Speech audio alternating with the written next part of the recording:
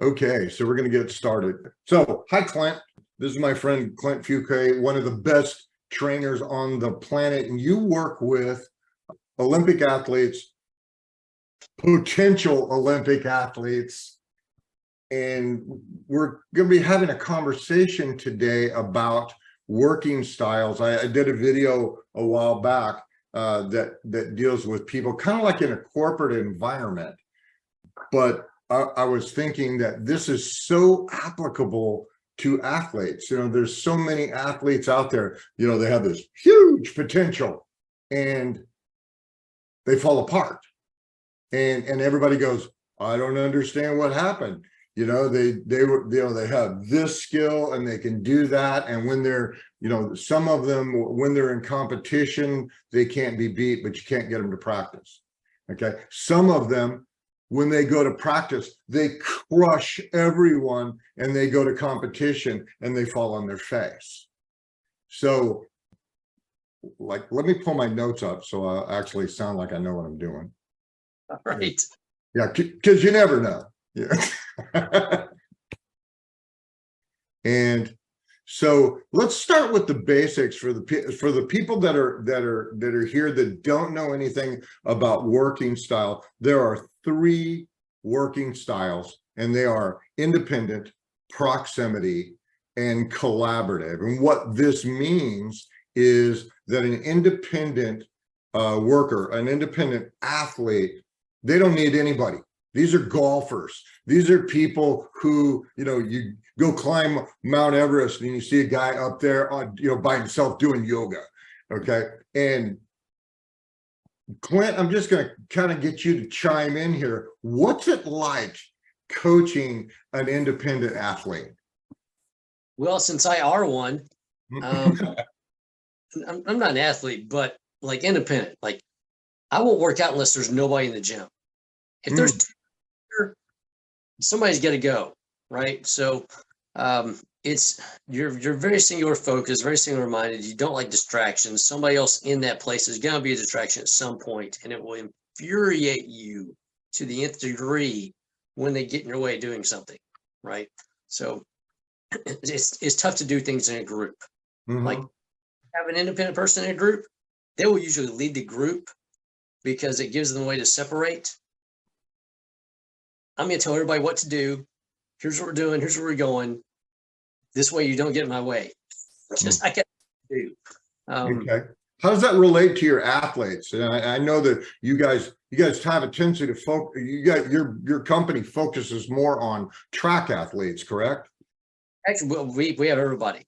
So we've got track. Okay. Okay. Guess for the high school kids, junior high kids, we got everything. You know, some of it comes down to like what size group, who they can be around. Sometimes you can't have 2 people working together because either they distract each other too much or they're going to fight, right? Or it's going to cause rampant destruction everywhere because they both become oblivious to everything when they're around each other. Okay. So it's figuring out those styles of the people. We got one of our track runners, Christina. She's an Olympic hopeful. But she's very independent minded until you get her on the track. And then she shows out.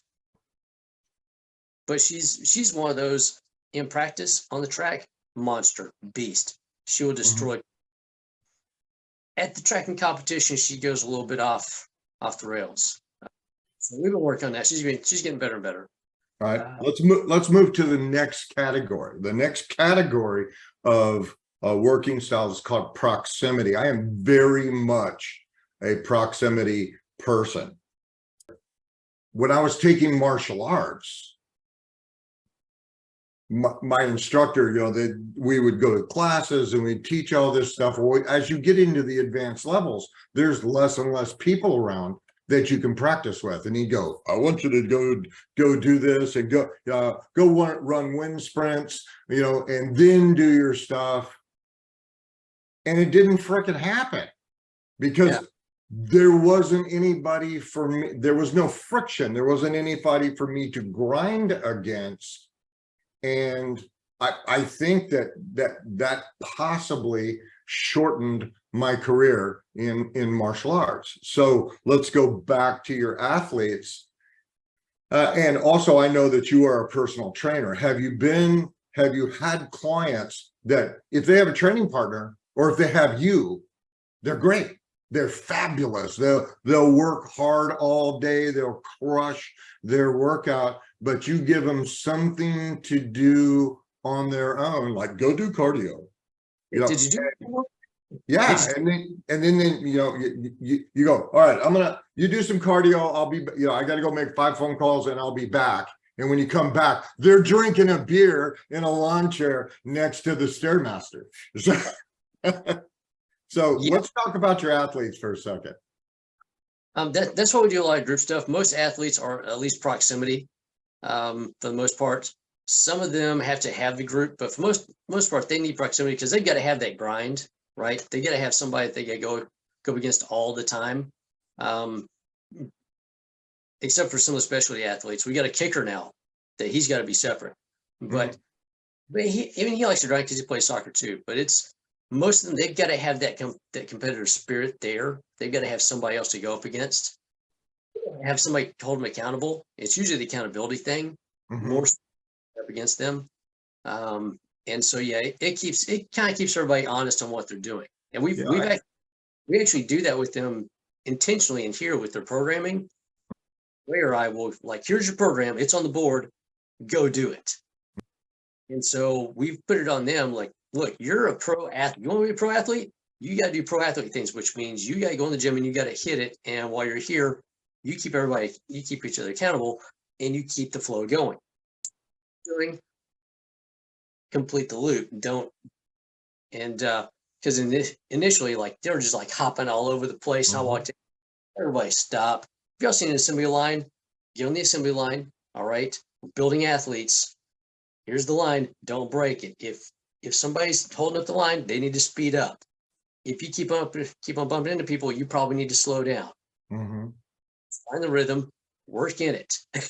So, right. So now we're talking about collaborative style, the third style. These are the people that work well in a team. They are team effort. They are team thing. I played baseball. At one time, I wanted to be a pro baseball player. And I was actually good enough, except for that proximity workout thing, where you can be as good as you want, but if you don't practice. But baseball is an interesting sport because it requires a proximity or either proximity or independent / collaborative. They have to be able to field and work with a team. But when they're at the plate, it's all them. Yep. So you may have had athletes that you can't get them to go to practice, but they'll go to the batting cage and swap balls for 5 hours. And, if they're a long ball hitter and they get to hit the ball and, go around the thing and then go back and sit down, that's your guy. It's a really interesting dichotomy of how these styles work. And what's interesting, that I used to coach or do mental coaching with gymnastics. Okay. And it's real interesting that over the course of 10 years or so, a gymnastics facility, they might see 1,000 athletes, or if it's a really big gym, they might see 5,000 athletes that come through there. Nice. And as they go up, everything's groovy in junior gymnastics until they get to level 7. And at level 7, it requires their independent working style to rise above, and the drop off from level 6 or level 5 or 5-6, depending on the gym, to level 7 is 50%. Yep. Between level 7 and level 8, the drop off is 90%. And as you go up, level 9 at 90%. As you go to level 10 or you go elite, it's again 90%. So if you've got 1,000 athletes at the end of 10 years, or at the end of about 5 to 7 years, you've got one athlete. That's One. why there's the 1%. Yeah. And then you take them to, to Olympic training camp down in Houston, or there's one in Denver as well. And, you got somebody, and I'll stop talking here in a second, because I want to ask you this question. When you're the cream of the crop in high school, and then you go to college, and now you're in a herd of everybody who is the cream of the crop. And I just wanted you to talk about that for a second. What are these athletes going through when they go to that level of competition? Absolute shock. Most of them are an absolute shock. The majority are an absolute shock, because they were it. They're like mid-pack, and most of them cannot handle that, because nobody can touch me, and now everybody's touching me, and I got people I can't touch. So you have the ones that are mid-pack, and they roll out because they can't handle the fact that I'm just the average now. And you've got others that it elevates them, because like I'm not average. I was here, I'm going to be here. And so they do everything they can to get up. There's some genetic stuff going on too, right? Because at that point, it's who is the most genetically freaky, and who mental stuff to go from here to here. Because as you go up, they get more and more genetically freaky as you go, right? So pure Olympic athletes, the NFL, NBA, because I've talked to a few of them in here, I'm like, look, y'all are genetic freaks. Quite literally, we could do anything to you, and you're going to get better, because your body's going to take stuff in, and it's going to get good. Now, you do something dumb, you're eventually going to get injured, but quite literally, we could do anything with you, and you will get better, because you're just realize that.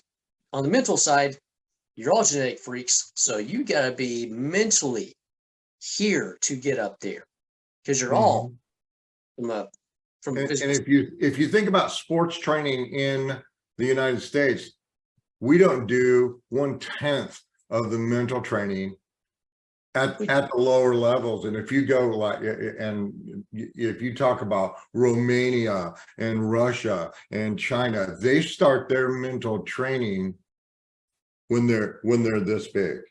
And most of them are so unprepared when they get to that next level, so beyond unprepared mentally for the next level. That's why so many rush. They have severe depression issues. They get, which, with most athletes, they're high risk people anyway, right? They do high risk things because that's the mentality. I'm going, right? So, but they've never learned how to take care of that deal. And that's why they do crazy stuff on occasion, or they'll get into drugs and everything else, because they that risk. It's the whole risk factor thing. And yeah, so, that's and Clint, if I can bounce in here for just a second, that's one of the challenges that I've seen with when I've worked with athletes in the past is taking that step. As you said, they're physical, they're genetic freaks, right? So, but when they get to that level, but I've worked with athletes, as you said, that were stars. They were the star of their high school. They were untouchable. And then they get to college, and suddenly they realize that they're not that they're not as good as they were, but that they are now around other people that are as good as or better than them. And that mental resiliency has not been ingrained in them. And I'm curious. I'd like to know how, I know how we approach it how Michael and I approach it from a mental standpoint, because we're doing the mental training with them, or at least in my case, not the physical. But how do you from a physical standpoint, how do you bridge that gap between someone who maybe is an independent person, independent working style, and now they have to be more collaborative because they are, and maybe proximity, you're making a hybrid out of them. So how do you do that? How do you approach that? It comes down to the athlete. So we have some that they train independently because they just can't do the group thing at all, right? Which homework, they go do it. we actually have a lot that we train. They're not here in Dallas. We have people in Canada. We got people all across the US that we train virtually, right? Here's your homework, go do it. They do it.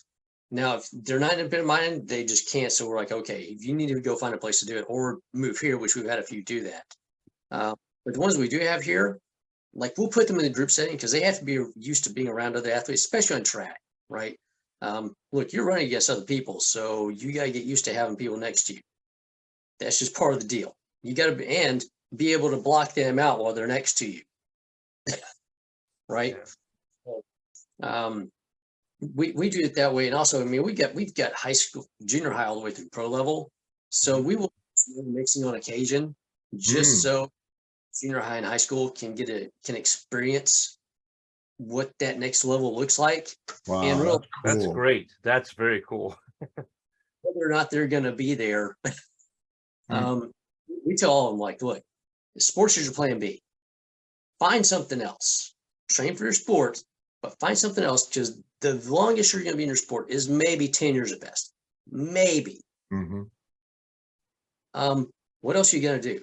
So go find another thing, focus on that, and have the sports as the fun fallback instead of your main focus. Because if it's your main focus and you burn out, because you will, then what do you have? If you got your other things, main focus, and this is your playtime, now it's still playtime that you're going to get paid to do. That's a great philosophy, man. I love that. When I am working with athletes, because occasionally you send people to me, and the very first thing that I ask them is, okay, let's set the Wayback Machine back when you were 5 or 6 or 7, whenever you started playing your sport. What did you love about it? And you get some real interesting answers. I worked with a baseball guy that was coming to the end of his career, and it was all about stats and how much dough his sports agent was going to get him. And I asked him that one question, and that guy, it was amazing to watch him go back, and he goes, I love the smell of the grass. And when they chalked the infield, and it recaptured his love of the game. And that's really, like, we all kind of do the same thing, but you've got to get people back to the love. I also wanted to tell you a fun story. I played one semester of football in college, and I did a walk-on, and it was a crappy college, so they let everybody in. But in high school, I was bigger than everybody. I was faster than everybody and all that stuff. And I suited up with people that were 4 to 6 inches taller than me, that ran a 4 flat 40. And it was just like, how did all these velociraptors get into this sport? And I went to a small college. I can only imagine what would happen to, athlete Bob or Mary Lou, and they walk in and they go to Stanford or Alabama or Oklahoma, and they're just go, what just happened here? And I really appreciate what you are doing. I'm going to shift gears here, and let's talk about, how do you help your coaches recognize these individual working styles so that they aren't unintentionally like subjugate, putting them in the wrong group, or giving the athlete the wrong information? Honestly, here's just me and Ray. So there's not really that issue. Now, Ray's been there. Like he's an Olympic sprinter, right? He was in track and field. He was top 10 for about 10 years. He made every USA team, and actually any team he ever went out for, he made, right? Running the 100, super fast. So from his standpoint, he breaks down to him real quick of, look, here's what you got to do to make it. I've been there. If you can't do these things, just leave. I mean, yeah, I bet they're so ready to hear that. Well, because one, he doesn't want to waste his time with somebody that's just going to fall out. Unless it's like, look, we can get you competing. We can get you healthy for life too, right? We can get you we can keep you injury free no matter what you're doing. If you listen to us. So, because he's had enough injuries in his career, he knows what not to do, right? Absolutely. And but yeah, it's it's that standpoint, and he's been in it, so he knows what it takes to get to that next level from a mental standpoint, physical standpoint. So it's easy to get people and say, look, you can be in the track group, you can't be in the track group. You can be here and be there. Maybe you should come in at this time, because we have athletes in at certain times, get them together. This way they can play off of each other, and we can keep everybody held accountable, stuff like that. Yeah, if we have something that just has to be like an outlier, they can't be around anybody. Okay, here's your separate time for doing stuff. And since you can, don't even worry about coming in. Here's a program. Give us a check. Thanks. Go, come back, see you in a month. Right. So we have the ability to do that because we got a small private facility. I mean, it's tiny. So it's not a lot of workspace. So either you get used to working in proximity with everybody or being in the group, or we give you the program, you go do it, you come back, we do checkups. And so it's an easy way of having that whole circle of everything. Cool. And that goes to the age groups too, right? So because we get them at junior high level a lot of the times, or before junior high. We got some young kids that are like elementary. Really? Oh yeah, and their parents are like, "We're gonna go, we're gonna go." We're like, 7, okay? They're number 1 for 7. They might quit in 2 years. Just Yeah, I have a special conversation that I have with athletic parents. I want to kind of recap what we have talked about. So for people who are not currently working with you, we're going to make sure that they have your information.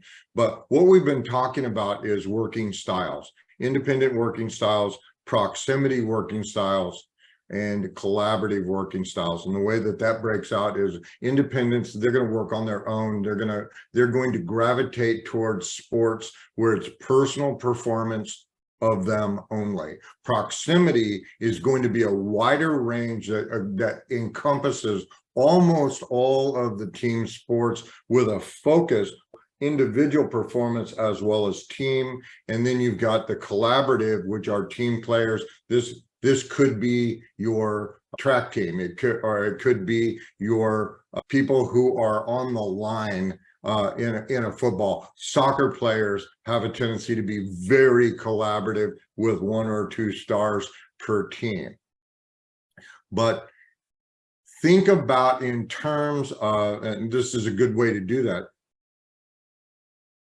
When you do your hobbies, when you do stuff, do you do it with somebody or do you do it by yourself? Do you do it in a group? Are you more likely to gravitate toward a group activity, a pair activity, or an individual activity? This is going to give you a clue of what type of sport that you might want to participate in. And if you want the best training on the planet, you need to contact Clint. Okay, so Clint, tell them how to get a hold of you. Easy way. Type Olympic Fit into Google and we'll pop up. Plus it takes our Google ranking up, so please type us into Google. Find us on YouTube, find us on Instagram, anywhere else. Otherwise, theolympicfitgym.com will get you. But if you pop us into Google, it will pop up first thing. And then we got tons of videos, everything else on there.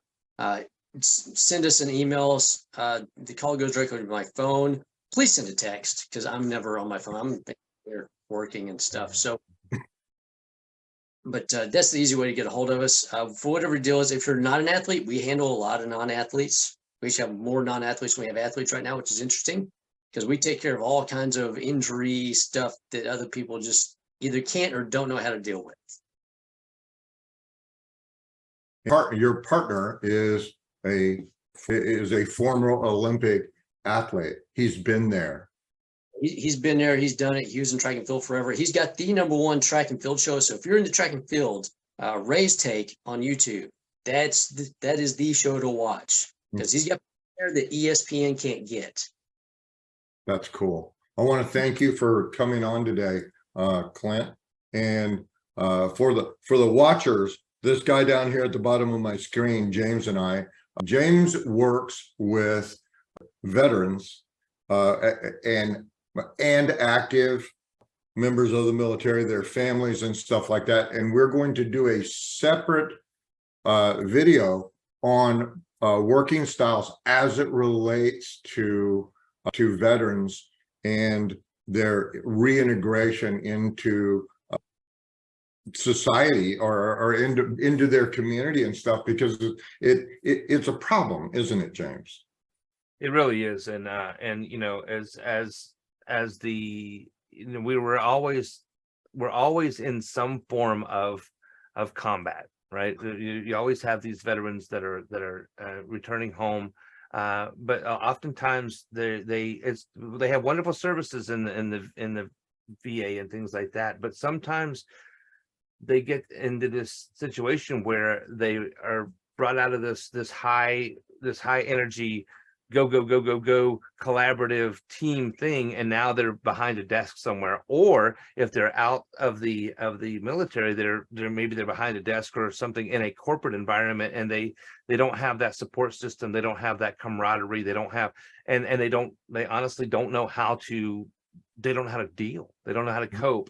And so yeah, it's and you talked earlier, Clint, about some of these athletes get into a depression, you know, and this is where we're finding a lot of the veterans. And also I want to say kind of an underserved population there is the family members, you know, because the family members are affected by this just as much, if sometimes if not more, than the actual veteran themselves. So these are the things that I work with, and I love it. But it's, you know, it's something that I think it's a silent epidemic, although it's becoming not so silent anymore, and that's a good thing, because I like to shine the spotlight on it and work. You know, I work with and I work with groups, I work with individuals, but a lot of correlation and a lot of similarities, I should say, between, you know, athletes and because of the team spirit and things like that, with veterans. And there's actually a lot of veteran athletes as well, because a lot of veterans, you know, they're into fitness as because of readiness and requirements and things like that. So there's a lot of overlap, and I love, Clint, I love what you're doing, because you know, it's fitness is important, and also mental fitness, you know. So together we help people be, you know, reach their potential. And that's what I'm all about, is helping these people reach their potential and live a happy life, you know. Because these, if I can get on a soapbox for 10 seconds, or 30 seconds, the veterans, you know, I'm a veteran, I'm retired Navy, you know, and while I was never in a combat situation per se, I was in combat zones, but I was never, you know, but I've worked with hundreds of veterans who have, you know, you got the way that they interact with situations is different. So that has a lot to do with their learning styles, but I am proud to be a veteran, and I'm proud of the veterans and their families. And so my thing is to help them. You know, I gave back to my country, but now I want to give back to my fellow service members and their families.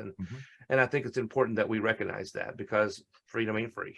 So that's my soapbox. That's my soapbox. You brought up an interesting point, James. I want to ask you guys both if you would be interested in, let's do another video and specifically slant it towards the families of veterans and the families of athletes, and how recognizing working styles could benefit them as well. Because you want the parents to support the athletes, and you know, a lot of them are living vicariously through their athlete.